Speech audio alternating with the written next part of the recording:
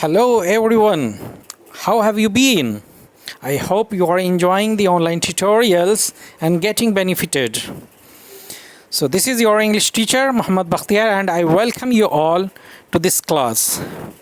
I have already taught you this chapter and today I am going to just revise. So you might be knowing about the kinds of sentences as far as construction of the sentence is concerned. With respect to the clauses, the sentences have been divided into three kinds: simple, complex and compound. So before that you should have a strong command over clauses and subordinate clauses. If you are not sure, you can go to the previous videos, watch what are clauses, what are subordinate clauses. Only then you can understand this chapter. This is already taught to you. So as I told you, there are three kinds: simple, compound and complex. So again I'll discuss them. Simple sentence. A simple sentence contains one finite verb and a subject. What's a finite verb? I have already taught you. Finite verb is limited by person, number and tense. It changes. Okay? A simple sentence has one main clause, and the criteria of a clause is that it should have a finite verb. Okay? It expresses a complete thought. It is not dependent on other clauses to make a complete meaning. Okay, it should have a subject and a predicate. Here you have some example. The boy ran away. The sentence is complete. Okay. Similarly, he plays football. The sentence is complete. Here you have a subject and predicate. Here you have a finite verb. So it is a clause. So it must have one clause. So it fulfills all the criteria of a simple sentence. So is that clear, guys? A simple sentence can have non-finite verb as well. Okay, like seeing the police, the thief ran away. Okay, guys. So let's move on now. A non-finite verb may also be present in a simple sentence. As I told you, I went to the library to return the books. Here non-finite is a to return, and went is I went to the library. The sentence is complete here.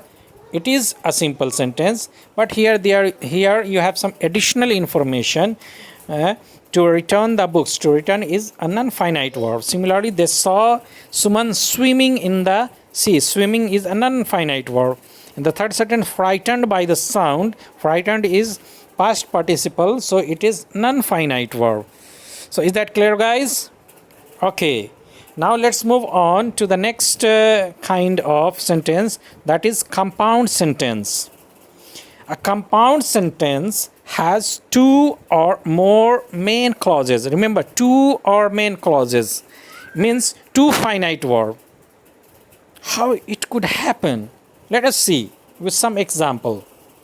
The boy saw the lion. Complete. Here you have a finite verb. The boy saw the lion. The sense is complete. So there is a clause. And ran away. Who ran away? The boy ran away. So there are two main clauses here. It means it is a compound sentence. Similarly, let's see the other example. My new watch didn't work. My new watch didn't work. One sense here. Complete. So one clause. So I took it to the shop. I took it to the shop. Another clause, and changed it. I changed it. There are three clauses.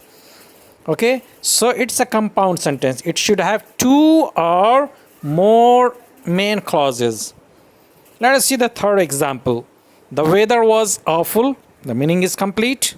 So we had to cancel the picnic that we had planned. We had to cancel the picnic. Another clause, and there is a subordinate clause here also, that we had planned. It can have a subordinate clause, but the main condition is it should have two or main clauses. Is that clear? Main clauses are often joined by and, or, but, still, as well as these are called conjunction as well as while, both, and yet, so, therefore, either or neither, nor, not only but also, otherwise, etc. So two main clauses could be joined with these conjunctions. Now let's move on to the third kind of sentence, that is called complex sentence. A complex sentence has one main clause. Remember, simple sentence has one main clause. Compound sentences have two or more than two main clauses. Complex sentence should have one main clause and one or more subordinate clause. So here there is a condition that it should have a subordinate clause as well, at least. Let's see the example. When the boy saw the wolf, this is a subordinate clause. He ran away. He ran away. When did he run away? When did he run away? When the boy saw the wolf. So this is additional information. So additional information is called subordinate clause. Let's see the other example here. Dinosaurs were the biggest land animals that ever lived.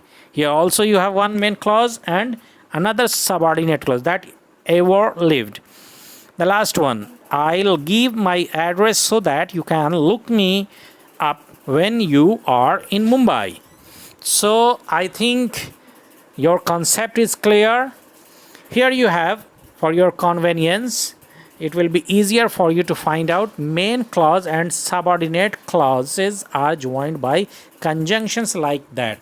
These are the conjunctions that we use to join subordinate clause and main clause. Okay, so when you find these words, you can think that there is a subordinate clause. Is that clear, guys? Okay, so if it is clear to you, I must check your level of understanding. Here you have some examples as well for your convenience. Suman was very busy, simple sentence, because it has one clause. It was sunny and it was hot too. So it has two clauses have been joined by and here. So it is a compound sentence. Joy waited for the train. Simple sentence, just one clause. Mary and Samantha took the bus. Compound. Okay. When I come home, I'll eat dinner. Complex. I stood up so that I could see the lion clearly. Complex sentence. So, to check the level of your understanding, here you have some exercises. Point out which of the following sentences are simple, compound, or complex. So, if you know the definitions, if you have understood, it is very easy to find out.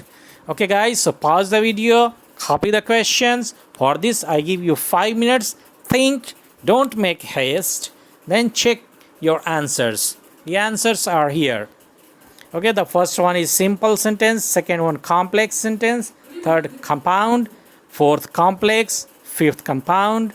Sixth, seventh, simple. And eighth, complex sentence.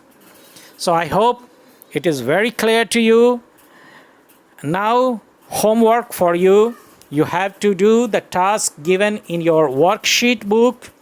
Do the task of worksheet book. I think it is chapter 2. The kinds of sentences. You have to do all the tasks given in the worksheet book. Okay. And I'll send you the answers to check. You can check yourself whether the answers are correct or not. So wish you all the best. Thank you very much. Goodbye.